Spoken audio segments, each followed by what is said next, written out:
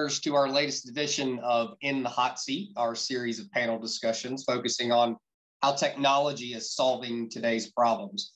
These panel discussions are part of ScanSource's Discover Opportunity Initiative, which are intended to help you, our partners, find more opportunities within certain vertical markets.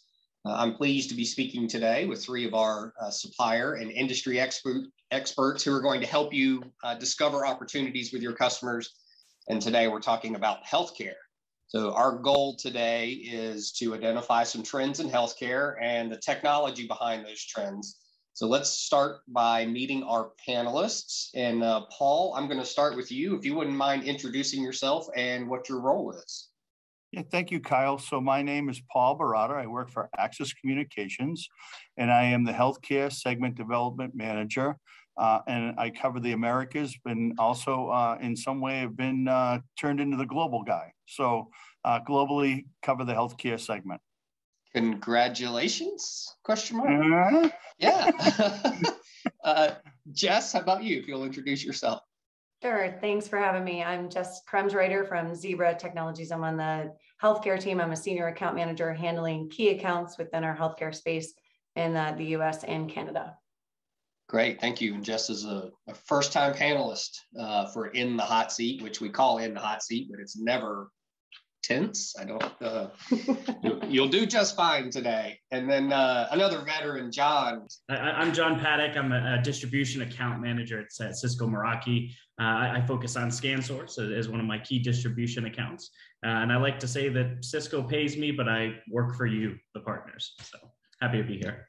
Yep, great. I'm glad all three of you here. Paul, I'm gonna start things off with you the way we always start these sessions off, but I'm glad to have both Paul and Jess, who are definitely focused in this space. And then, like I've said, John's been a panelist in these sessions for quite a while. And I said in the green room earlier, I already know two of the buzzwords he's going to say. I'm looking forward to it. So this should be a really good session. So Paul, let's start with you. Just with our softball question, what trends are you seeing in the healthcare space these days? And what technology is being purchased and deployed to address those trends? So I think we'll start on the traditional side of security where, protection of assets and property. We're really seeing a continued pandemic with workplace violence. Workplace violence is through the roof in healthcare. It's almost at the point where the statistics are showing alarming numbers. 85% of the healthcare employees that are out there are experiencing some form of either physical or verbal abuse. So that's a real big trend and problem in healthcare, which continues to be a problem and continues to grow. And then the other one is, how do we improve patient experience by using our technology, both video, audio, and our edge analytics? How can we improve that whole experience? So those two trends are really big right now for us and our end customers when we talk to them. Jess, how about you? What are you guys seeing at Zebra? Yeah, I mean, like many other industries, really, we've seen that hospitals are short-staffed, they're overwhelmed, right? I mean, they're stretched thin, so they're really forced to do more with less. So utilizing technology that will help them be more efficient in places like that, it's really helpful. An example would be remote management of devices, being able to log in and see what's happening with their devices that are in use, as well as remote patient monitoring, sort of along the lines of what Paul said too, just being able to kind of keep their eyes on patients, being able to see more patients at once, and, just really do more with less. John, how about you guys? Yeah, no, I agree with both of those assessments, both as a technology worker and as a husband. My wife's a registered nurse in a hospital, so all of these things definitely ring true from what I'm hearing firsthand there. I know on the Meraki side, security is always going to be a huge focus for us. And our solutions are all HIPAA compliant. They allow you to protect patients' data as you're transferring a lot of this medical information just at light speed. That speaks to both security and efficiency. We're kind of helping hospitals run a little bit more fluidly and protect the patient's data while they're at it. Yeah. So Paul, you mentioned employee safety, and your company is focused on that technology for sure. So what purchasing decisions are being made now to try to help make the staff feel secure and safe? Well, I would say, first of all, I can't agree more with Jess. She hit it the nail. I mean, the head of the nail. You know, it's really about short staff. People don't want to work in hospitals, especially in the security side of the house. They're having a really hard time getting people to work there. So, you know, using our video cameras and analytics to watch patients for telesitting events is really growing for us. It's been something we've been doing since 2009. But we see that more and more people are tying into the electronic medical record system and monitoring patients and their telemetry. And then new technology that we're having great success with is body-worn or wearable devices. And we've been using those not only in just security, but with clinical as well. We have some devices that are very small that nursing can wear. And we saw in one hospital a major decrease in attacks in the emergency rooms, where they were able to tell the patient that the event was now being recorded, the nurse herself or himself, and we saw a decrease in that level of violence. So, you know, healthcare is really a very dynamic place to work, and it's really changing very, very quickly from the pandemic. We see those same devices on the Meraki side. We don't make them ourselves, but our wireless access points, when they work with those RFID devices, are allowed to do location analytics throughout the hospital to see where key staff are, if there's an emergency, who can respond the quickest, how to properly allocate that staff. And then also in some cases, for patients, particularly if you're looking at retirement homes where folks have some mental degenerative diseases that sometimes if they walk out the door, they're kind of wandering around and you don't want to lose them. So you can put some folks that may be confused a good amount of the time on one of those trackers and make sure that if they walk outside of where they're supposed to be, that we can get someone from the staff to get there quickly. And that's all being done with the backbone of the wireless network. Yeah. I was just actually thinking along the same lines, John. Thanks. Yeah, we're getting requests for RFID wristbands on patients in those behavioral health hospitals, or, you know, dementia patients as an example, with RFID wristbands being able to track them and make sure that they don't wander out of the floors that they're supposed to be or outside of the hospital. You know, that would be the worst case scenario, right? But also, of course, asset tracking, high value asset tracking, making sure that, you know, your assets are where you want them to be, or so that you can find them. Because of course, with being short staffed comes a need for real efficiency.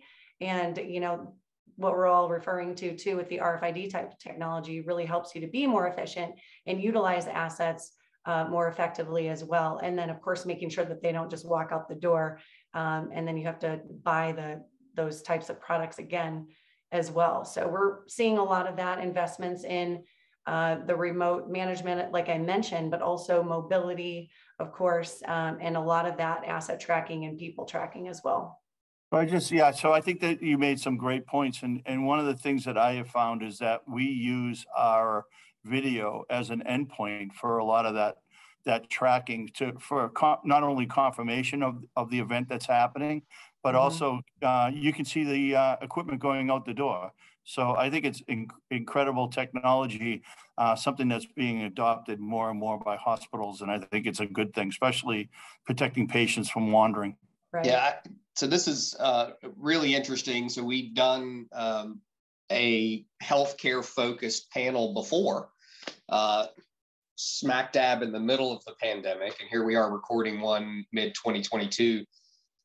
Trends are similar, but this is a whole new view for me personally. When I think wearables, I think patient wearables.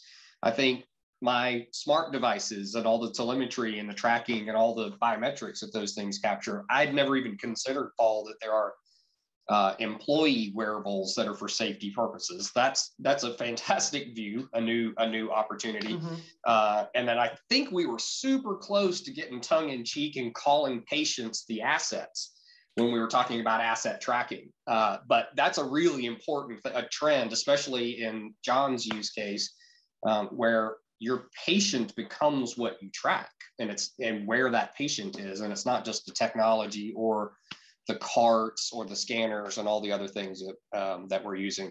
And I love the fact that you guys brought up RFID already. I mean, retail is really driving the resurgence of that technology right now, but there are use cases everywhere. So really starting to see that technology take off, and all of us are in good position to help our partners with those things should those opportunities pop up. Yeah, absolutely. I know we recently did a meeting on retail that we spoke about RFID, but I'll tell you, our first application of that was in healthcare. It was for some of the things that we're talking about here. So that's where I think we've seen the most meaningful application of that technology on our side. Well, Paul, I want to come back and John and Jess, if you guys have thoughts here too, definitely want to hear yours. But Paul brought it up, but imaging and live video are not new trends now, 2022 trends. We saw telemedicine, telehealth take off over the last couple of years, but as you mentioned, it's not just about delivering care. It's also about security. It's about connecting remote workforces. So where are you starting to see those video and collaboration technologies being deployed? So we're seeing a lot of telehealth within the hospital. So telesitting, tele-ICU, especially where it is being integrated with the electronic medical record system and their monitoring function, and we're the endpoint for that. We've been working very closely with people like Epic, where they've actually taken our devices and they've added ACAPs to the devices, or end knowledge to the devices.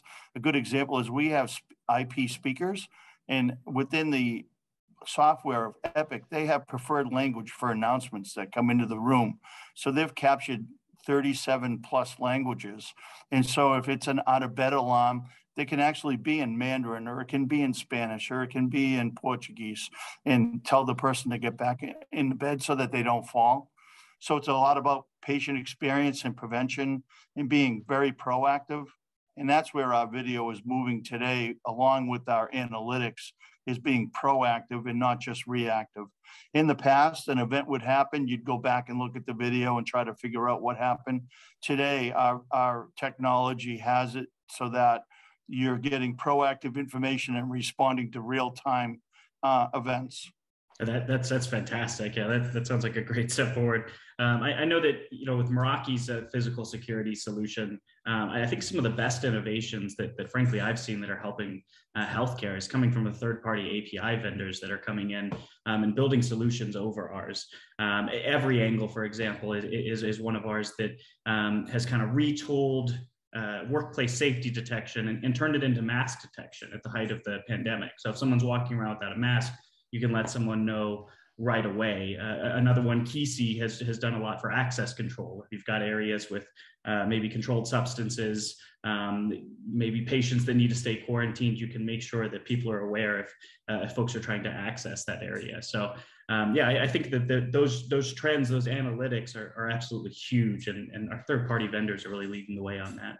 Mm-hmm. Yeah, all of that we're definitely hearing a lot about this, but also, like telehealth, like you mentioned, Paul, has been just huge since the start of the pandemic. And it's really not just about being in remote areas. I mean, I'm hearing about this in a lot of areas in behavioral health, as an example, where patients are much more likely to show up for their therapy appointments if they can do this remotely. And we have some tools, of course, like some tablets, as an example, that help with some of this remote monitoring and telehealth types of applications, as well as patient satisfaction and engagement within the hospital when they're in the hospital beds themselves. Really just moving along in that direction to help with the HCAP scores, patient satisfaction when you're in the hospital.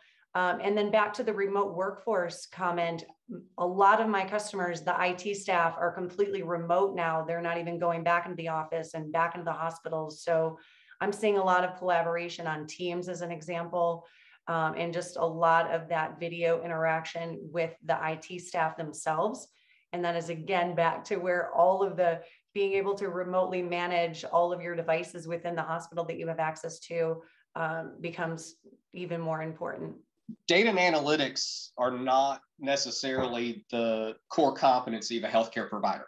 So as much as it's important now, are you finding that healthcare customers are looking to outsource that? Are they partnering with third parties to handle some of the data, some of the analytics, some of the IT workforce? Like, what's the opportunity for our partners here, either to be the trusted advisor themselves or to, again, partner with a third party?